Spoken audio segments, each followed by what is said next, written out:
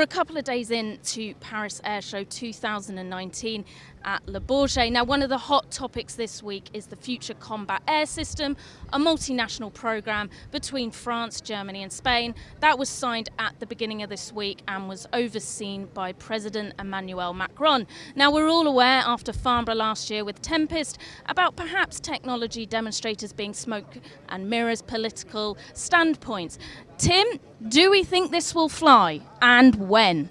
Very difficult to say. There's officially no time frame in terms of when it would be operational ready. Now, of course, you have to take into consideration that it's very early days for this, but it's just been, from official parties, there's been no disclosure of any timelines.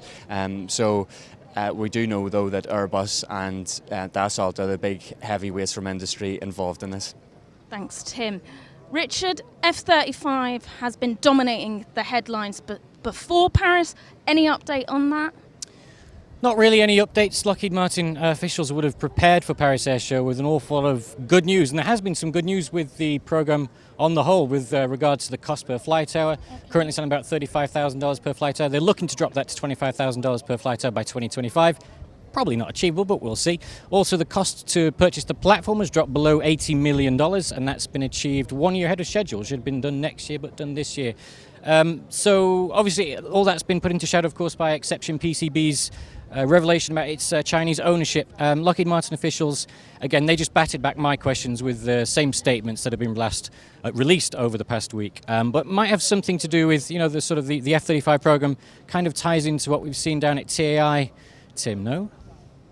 Yes. This is Turkish Aerospace. Yes, that's exactly what we're talking about. So they've unveiled a mock-up, as Rich says, TFX, which will be a fifth-generation indigenous build. At least that's what they're telling us. Very difficult to kind of agree with that company perspective, really, because technology and capability-wise, Turkey, to be frank, aren't quite there yet.